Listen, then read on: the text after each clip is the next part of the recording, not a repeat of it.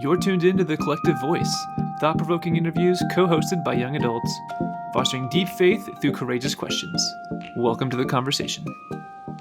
Welcome back, everybody, to the 787 Collective Voice podcast. We are on the other side of Easter, and we are excited to be beyond the grave and in front of the resurrection. And what better way to start it than hearing more from young adults who are engaging amazing work in the world. So as always, I'm Cece, and I'm here with Phil, and he's going to introduce our guest this morning. Is it bad that I was like, we made it through Easter? But that's not the way to celebrate it, though, right? Like, ironically, I'm not even a pastor in a church anymore, so it feels silly to be like, we made it through Easter. But I know for all the clergy friends out there, you all made it. You did Easter. You did it. Congratulations. You made it through another Easter. Celebrate.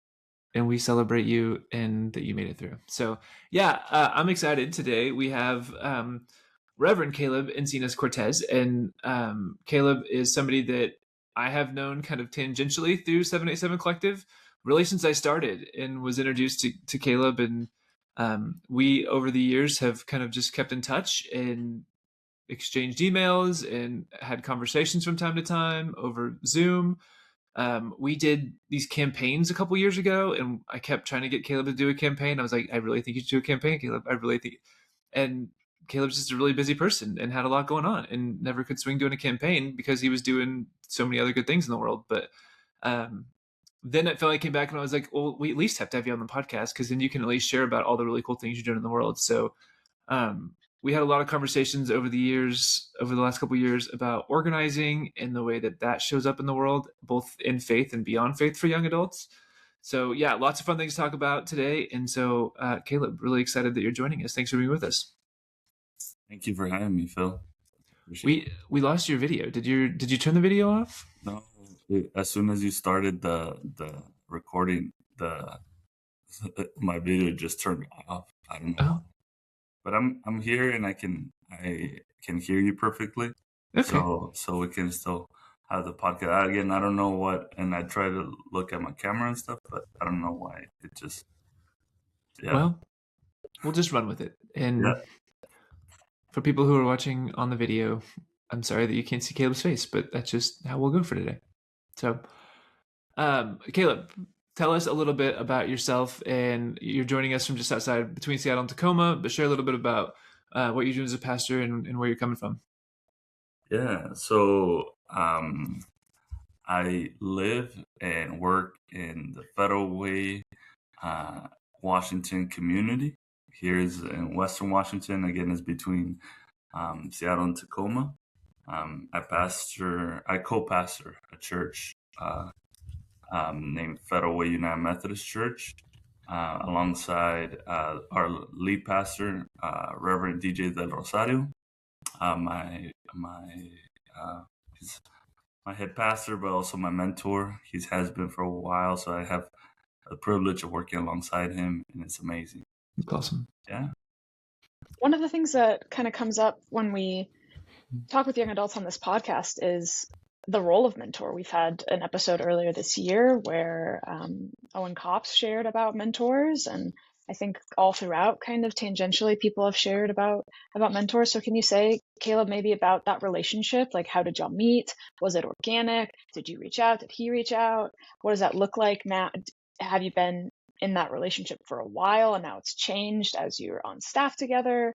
What does it mean to have a mentor in this season of your life, as I'm sure you're mentoring other people? Yeah. So first, how DJ and I met. So we met through, I was in seminary at the time. So it was years back. I was in seminary at the time at Seattle Pacific Seminary. And the last year of your MDiv, I don't know if they still do this, but when I was going there, the last year of the MDiv, they paired you up with a vocational coach, which is something not a lot of seminaries do, but I think it's amazing. And the vocational coach is a local pastor in the area. It's a local pastor, and they mentor you for about a year, right? They meet with you at least like once a month and things like that. And just kind of like, hey, let's imagine together what post-seminary ministry looks like.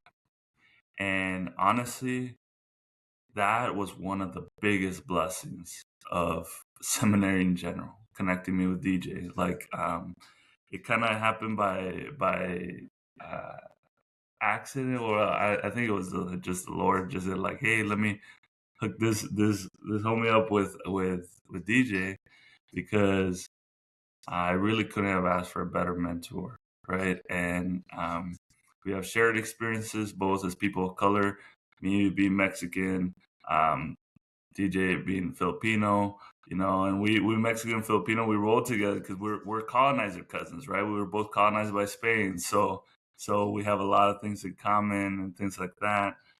But also just the quality, like he's been an elder in the United Methodist Church for a while, and he is just someone that I continue to look up to and learn from. And so again, they paired us up at the end of seminary, and after seminary, the UMC offered me a gig, which I was like, great, and in seminary with a job, hell yeah.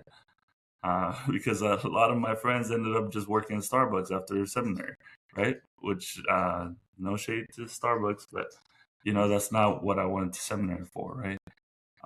Wanted to learn better the craft of ministry and grow my theology. And so I entered the United Methodist Church. And again, part of it, I entered through this kind of side door called the Innovation and Vitality work of the Pacific Northwest Conference of the United Methodist Church. And I was doing kind of community development, up in Seattle. That's where I first linked up with Phil. And yeah, and I was just doing that. It was kind of this kind of postmodern ecclesiology experiment, It was good for where I was at that time, but actually through deeper discernment, right? For me, I realized that I am a son of the church in the more traditional settings. And, I'm a pastor's kid, and I never wanted to be a pastor, but God is funny that way. And now I am. And so it took a while for me to get there.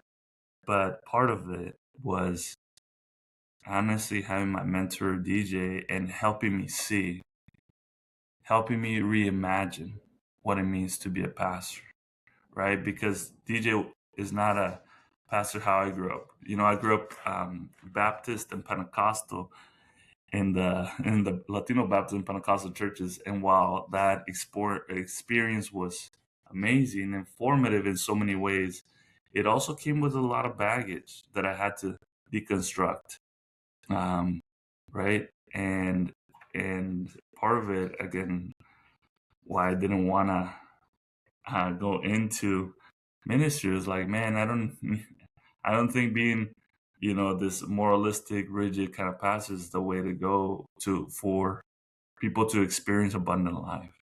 And I want people to experience abundant life, right? But man, honestly, seeing DJ, not just through our mentor relationship, but now having had, I was appointed to his church as the pastor of community engagement, almost like an associate role, about a year and a half ago. And just seeing him work day in and day out in the craft of ministry, and I don't know, it's shaped more and more. I was like, wow, help me reimagine what pastoral vocation, what a faithful pastoral vocation is like. And honestly, one can read about it through books or listen to podcasts. That's great, right? But having someone there to help you learn the craft of ministry, right? I jokingly say is my Paul and I'm the Timothy, right? Or maybe a more contemporary, he's Batman and I'm Robin, man. So yeah. Well, shout out DJ. I love that about DJ, and I love that you're still doing some of this community work, right? Like that's a big part of your role is the community work. So when we talked, one of the times we talked in the past couple of years, you were doing it's kind of like organizing community development work. And one of the things you said to me stuck with me, because you said, it's really interesting, Phil, because I see all kinds of young adults here doing this community development work, but very few of them come from the church or come from a faith perspective really at all. But they're here and they care deeply, And so I would love to know how that influenced you, how that impacted you, and how you've continued to carry that acknowledgement and that recognition into the work you've been doing as a pastor now. Yeah. Sorry, my camera went out again. I don't know what's happening, but no idea. It's fine. It's all good. It's okay. How's that influenced me?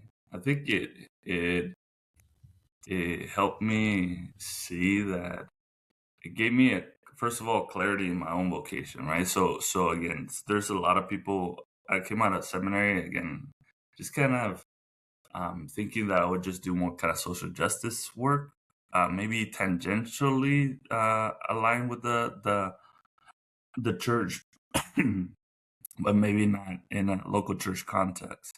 So the work that I was doing the first 2.5 years post seminary, that kind of community development work and working alongside Seattle Housing Authority and doing other things up there in the Yeso Terrace neighborhood up near Seattle's Capitol Hill. Like it worked well for me, right? It was,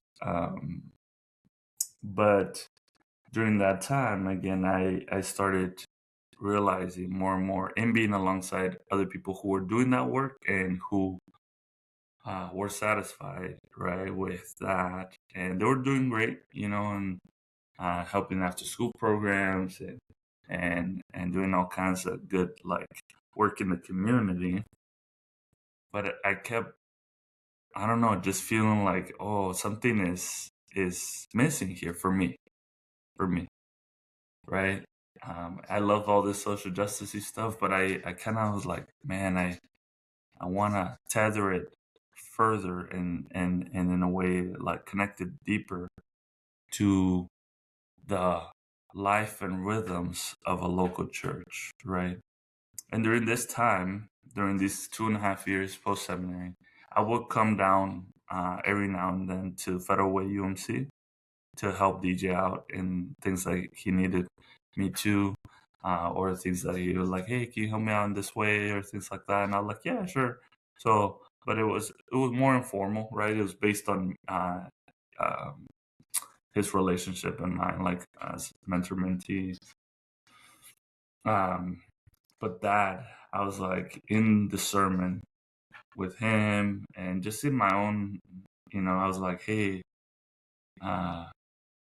maybe I am called to go deeper into the institutional church. And that was also a big step for me, because I was like, man, coming into the United Methodist Church, let's be honest here, is a white religious bureaucracy, a huge white religious bureaucracy, right? As much as it also has awesome things, social justice ministries and all kinds of good stuff, right? But it was really intimidating at first. But thankfully, by the time my DS kind of like was like, hey, could you see yourself maybe working alongside DJ? And I was like, put me down there, man. Put me in, coach. Like just because again, I had these wonderful experiences of doing social justice ministry alongside other young adults, and them finding complete fulfillment in just doing the work in the community, which is awesome, right? But also gave me a contrast that like, this is awesome, and yet there's something missing for me. And but I will take what I've learned from the work in the community and bring it to the local church, and connect more the church and the community, both so that the church can live out its mission in the community, and so that the community can form the church, right? And so, yeah, and that's kind of what I'm doing now as a pastor of community engagement at Federal Way United Methodist Church. So that's a little bit of kind of how I bring in some of those skills and connections and still learning, man, to do community organizing. Now my community organizing, it does look, community work in different ways, working with different local nonprofits here in Federal Way. But also I do, coming from Mexico, being an immigrant myself, I do have a passion for migrant organizing, particularly in the times that we're living in. So I try to do that as much as I can with different advocacy groups down at the detention center whenever I can, or with Faith Action Network, which is one of the biggest interfaith, faith-rooted organizing organizations in the state of Washington. I think it's probably the biggest. And yeah, going down to Olympia, advocate for policy change and do that as well. So that's a little bit of me, my journey. Yeah. Thanks, Caleb. And we're grateful for your witness. We're grateful for your advocacy, both in the public sphere and through the church, and bridging those two together. It's what I heard a little bit as you were sharing was that ongoing discernment for you. You started by saying, I didn't go to seminary to work at Starbucks afterwards. And for you, getting an appointment after was like a blessing, a privilege. I had friends in seminary that, like, I have one that's getting ordained Memorial Day weekend. We graduated the same year. I've been ordained for over 2 years now. It's sometimes just lucky. It's privilege. It's blessing. It's circumstances. So, but as you were serving and living out your call, you had that ongoing sense of discernment about where exactly you were called, and maybe, like you said, feeling untethered, like a unrootedness from the action that you were doing, the community organizing that you were doing, not necessarily coming from anything, tethering you to something bigger than that. And so I'm wondering, as you now are kind of coming out of a congregation into the community, in these times that we're living in, you named it quite frankly, right? Like in this time that it's scary to be Latino, in this time that there are people getting taken off of our streets and being held in detention centers. That's happening here in Austin, throughout Texas. How has the church been a tether? And I don't know, maybe how has there been something that you want the church to do more of? Like perhaps spring out, like shoot out, if we're thinking of roots that are blooming. How's that like for you right now? Yeah. I mean, I want more just everyday kind of folks in the congregations to get out there and, do something in the community. Again, we don't all have to do everything or the same thing, right? But all of us can do a little bit, right? So maybe people in our congregations, maybe some of us will not be at those major protests outside the detention centers or down in Olympia, but there's something that we can all do to shape community, right? So for example, at Federal Way United Methodist Church, about a little bit more than a year ago now, we converted our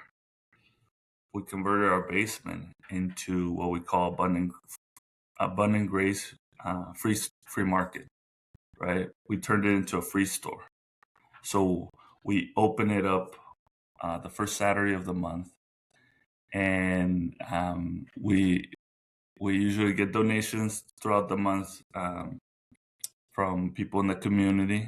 And think of like a Goodwill, but everything is free, right?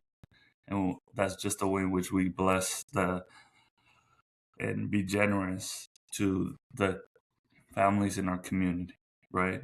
Now, these are sometimes families that will not step into our church, and that's okay. That's all right. But our witness is, hey, we're being generous. And, and some people in my church, again, volunteer there, and, they come faithfully in their walkers, in however they can, right, to bless the community. Now, these are the same folks that might not, again, for whatever reason, they might not, maybe they're scared or maybe their political affiliation is different than mine, and things like that. They might not go down to a detention center or whatever. That's okay. But they're still pouring out, this value of generosity, right? And so these faith-rooted values, right? And so again, it's part of when I was outside of, or just right outside of seminary, right? More idealistic, more just kind of let's go. Maybe a little more frustrated at the church. They're just like, why aren't we doing more stuff? Rightfully so, right? There's still that. But man, I have to say, the more I get to learn about the lives of people in our congregations, in our communities, the more I have empathy. I'm like, hey man, if you're dealing with your family member is going through Alzheimer's, and and you just went through a nasty divorce, and all these things are happening to you. In other words, like shit has hit the fan, right? If I'm being a little crass here, but being honest, yeah, you can be honest. Yeah, being honest, like if that has happened, then your mind is not like, hey, let me go down to Olympia or to the Capitol to go do advocacy, right, in the legislative session, right? I'm like, man, I'm living through hell right now in my own life. So does that excuse people from not being involved in justice movements? No, but at the same time, I think we just need to have more empathy of why sometimes people. I know in the past I've also just kind of been like low again, frustrated, like let's just get out there and things like that. And I still have that fire, but now maybe I'm like, I think someone told me, right, like sometimes we move at the pace that love requires. And the more I get to know the stories of people in my congregation and in the community, right, sometimes that pace, man, is slow. It's slow, and it looks so different for a lot of people in different times. So I'm still up for, again, community, and I'm always down for good protests, and I'm always down for all these things, right? Being with different forms of activists and things like that stir up the fires, right, to be on the front lines of justice movement. But more and more so, like, I think of myself as shepherding those who are like, how do we get them there, right? How do we get them there? And again, sometimes it's just by seeing their neighbors in different ways, in different volunteer capacities. So helping out after school programs and doing, getting proximate to the needs of their neighbor, right? And maybe in that, I've seen people in the churches I've served go from like the traditional white Karens that are retired, that are like, to being like down in Olympia doing advocacy for migrants and people who are experiencing homelessness and things like that, and being like all fired up and ready to go, right? And this kind of like metanoia moments, right? But that has only happened after proximity with their neighbor, right? And so part of me is like, what I think of the community work that I do is trying to establish partnerships and experiences for people in the congregations to get in closer proximity with their neighbor, the other, right? That because of a and a social imaginary that has taken like root, right? Like racist and sexist and xenophobic, like social imaginaries and these broader narratives, right? That has get us to be indifferent to our neighbor, right? Like, how do we bridge that? man, I can preach about that all day, but if people are not having these close experiences, bringing in proximity, then it doesn't matter, right? What I say. So part of me is just trying to, the community work that I do is that of like trying to create partnerships, create events, do different experiences for people to not to get in closer proximity, and in that maybe have their eyes open, right? To the image of God before them, right?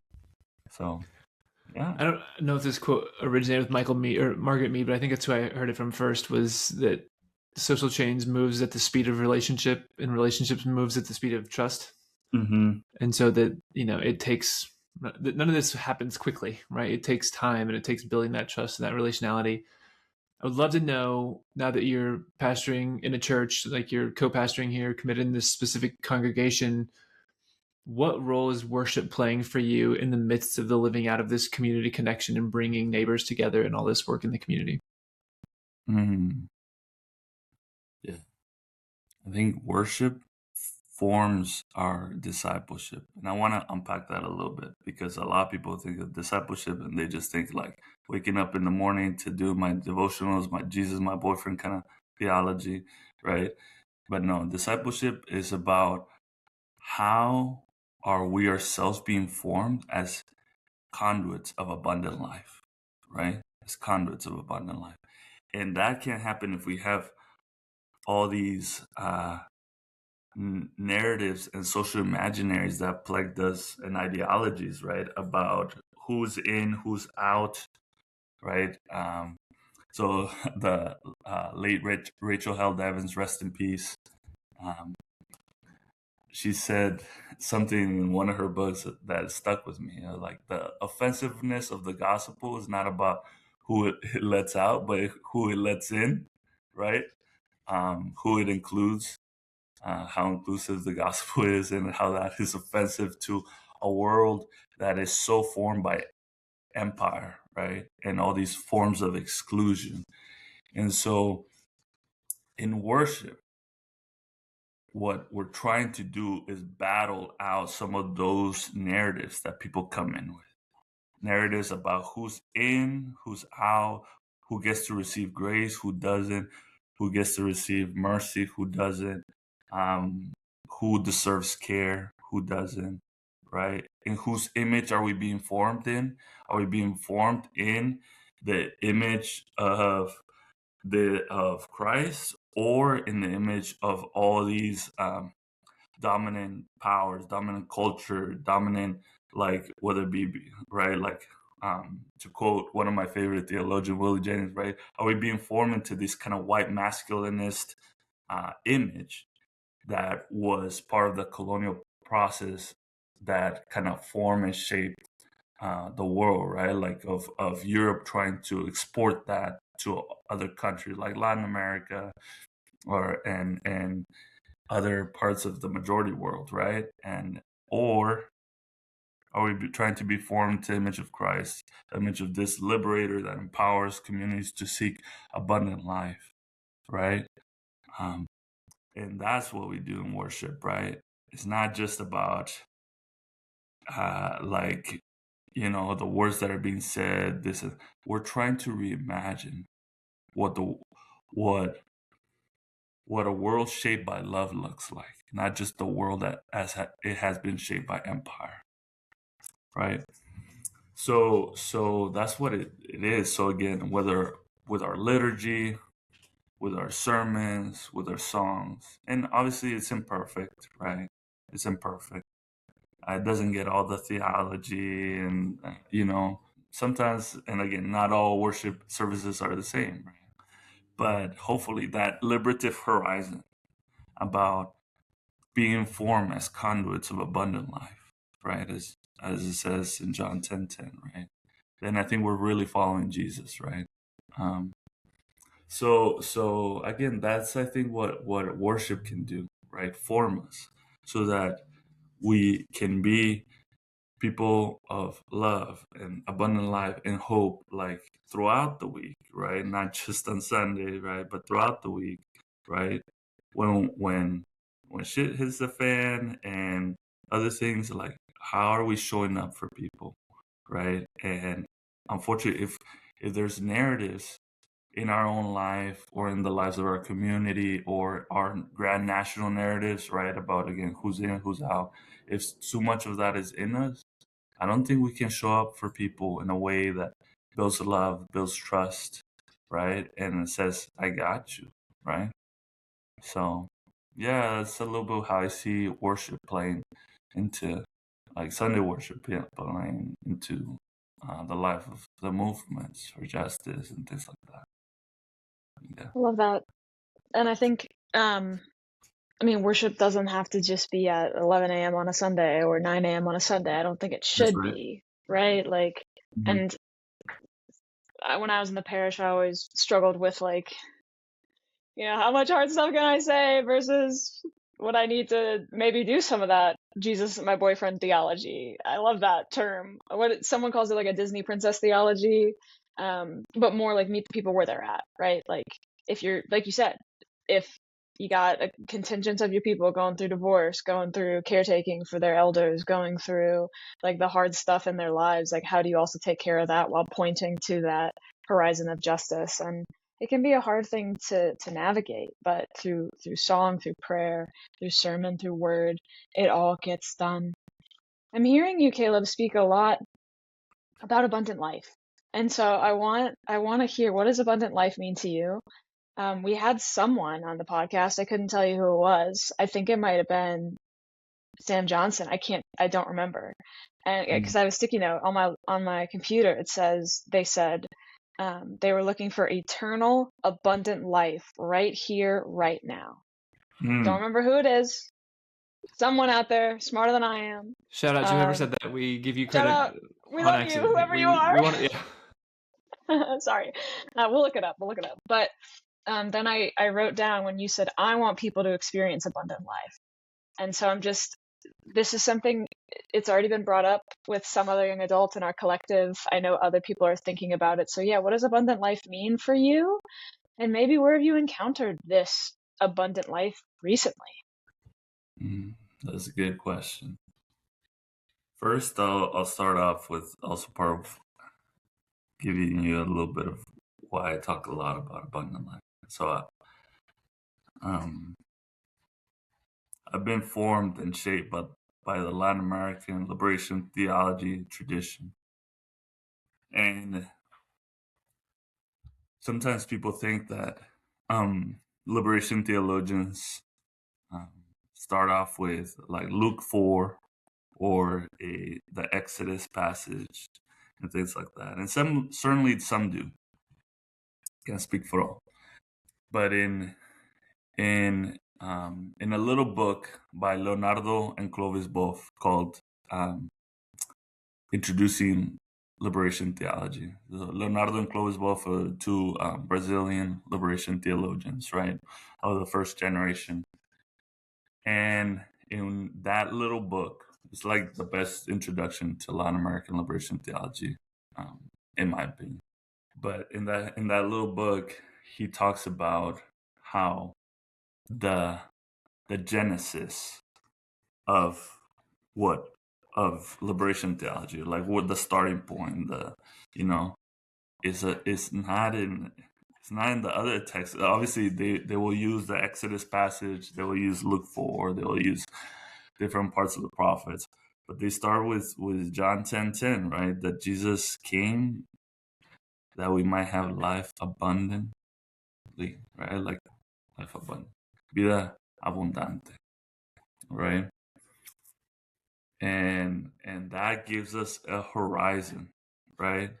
That gives a horizon for the liberative movement, because sometimes liberative movements for social justice, like social movements, can become sometimes about what they are not, right? We are not racist.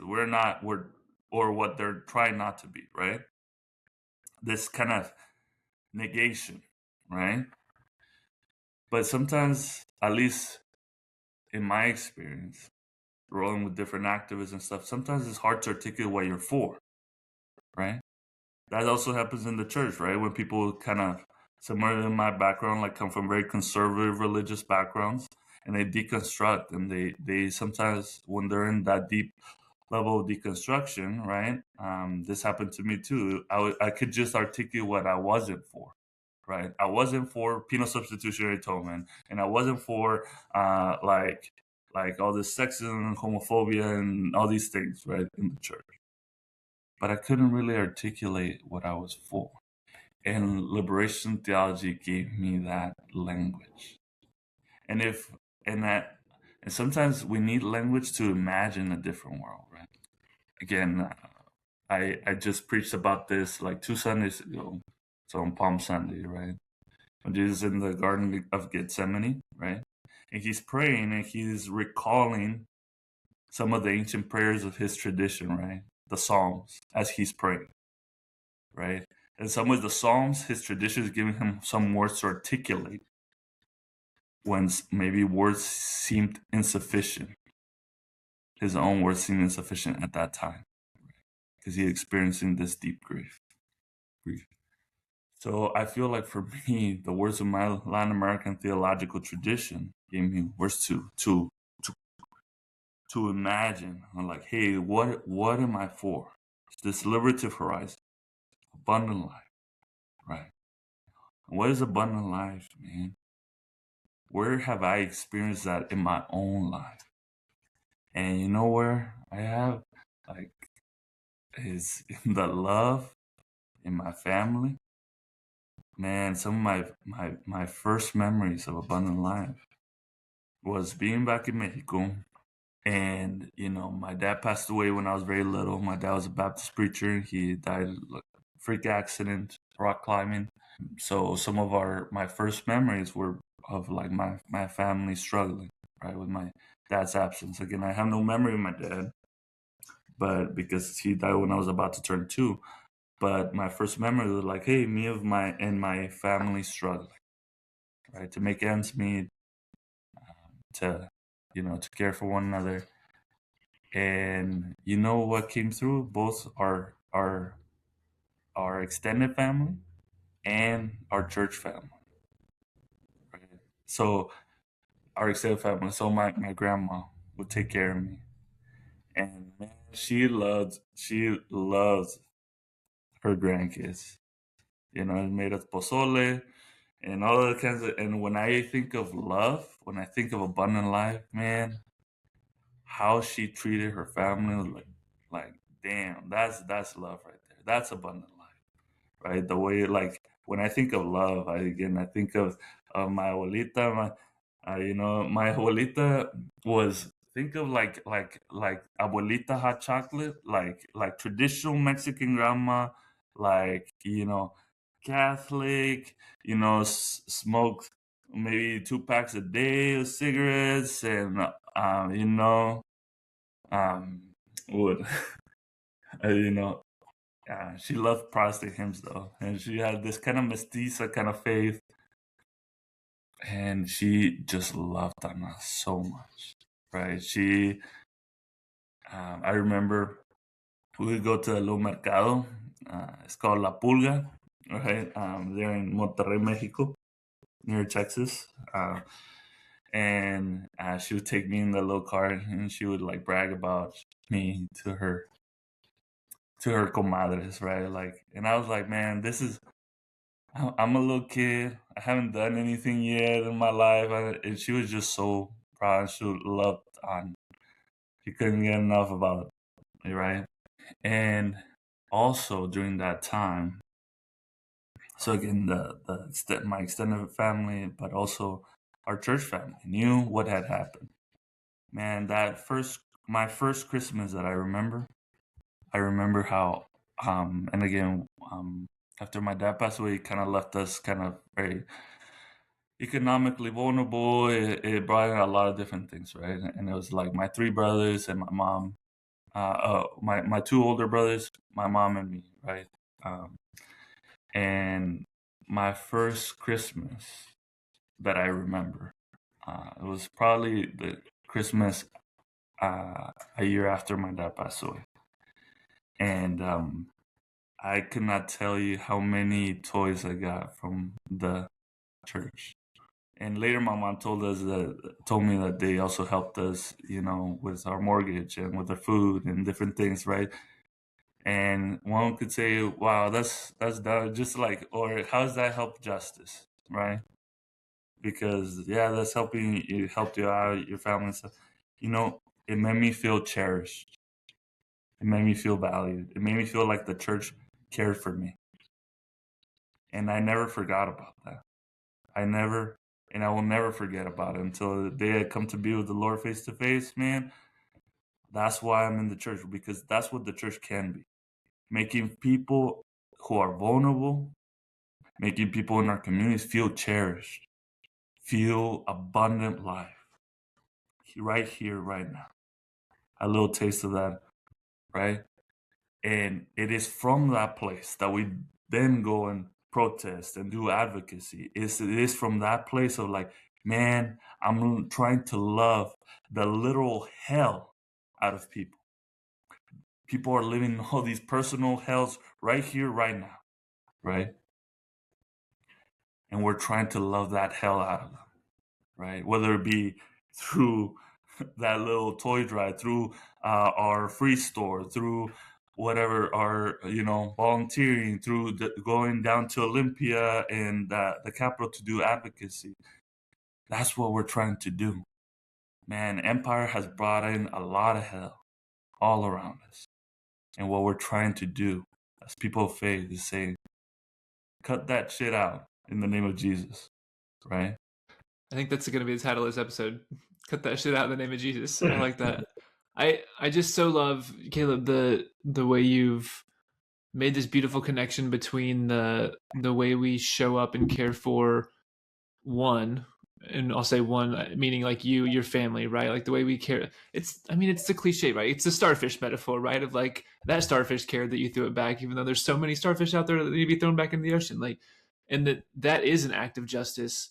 And also the showing up at the Capitol steps in a protest is also an act of justice. So I so deeply appreciate you making the connection between the individual act and the broader like communal act as well. It's just such an important reminder. And I've also just really have such a deep appreciation for the way you've tied together kind of this intergenerational connection between your mentor and now your abuela, and like just all these different pieces, and how that's all played such an important role for you and who you are and your ongoing becoming. As we kind of wrap here a little bit, I would love to know, like, in some ways you just shared it, right? And sometimes it shows up in a cup of hot chocolate, right? But like, what are ways that you're seeing beauty in the world? Because again, there's a lot of way Empire is trying to strip of us all the beauty in the world in the midst of collapse and in the midst of all the things that just seem so terrible. Where are you finding beauty in the midst of all of it? Man, I'm trying to find beauty in just the mundane, the everyday, as best as I can. And I don't always do it perfectly. I can be cynical myself too. But man, I'll tell you this story. So one advocacy day, like this was last year, I went down to Olympia with Washington Immigrant Solidarity Network, which is the biggest kind of like think of like it's a statewide kind of network that does community organizing to mobilize communities to care for their neighbors, do rapid response trainings, does accompaniment trainings. It does, and they also do this advocacy day down in Olympia, the Washington State Capitol. And so I went to it last year. I went to it this year too, but like last year, it was so interesting. I was there, right, and we met with our legislators and trying to pass budget, so at least not get so much of our budget cut that would be used for things to help migrants, whether it be Apple Apple Care, Apple Health, which is like kind of like healthcare for migrants and things like that, and other things, right? We're there doing advocacy work, right? I'm there with my collar. I'm like the only one, the only clergy last year that showed up, right? Or at least that I know, that I could see visually. So I went with my collar and stuff, and then just there, friendly and just trying to connect with people and in the break times in between.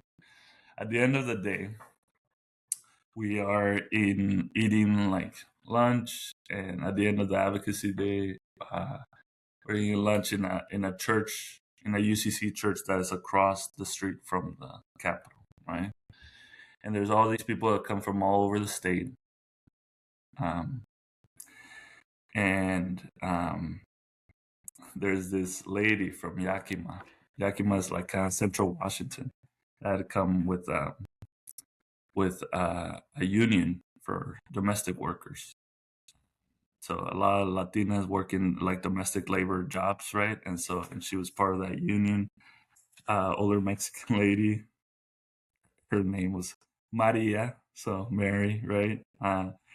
And she comes to me like, and she thought I was a Catholic father. So you're like, Padrecito, right? I'm wearing my collar, right? And I get that a lot, right? Being Mexican and then having a collar, people think I'm Catholic. So I'm like, oh man, we Methodists are Catholic in spirit, right? So I'm like, close enough, man.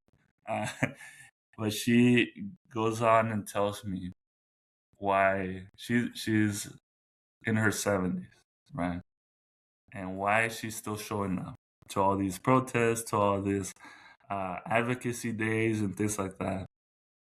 And here I just wanted to connect with her, right? And she goes and tells me like how she's doing all that, even in her older age, even as her family like, why are you doing that, Grandma? Like all these, and she's like, I'm doing it for you, right? So I'm like, it's those moments, right? She was telling me all this story, right? And then she was like, oh, goodbye, Padrecito. I just wanted to not leave without saying hi and thank you for being here, right?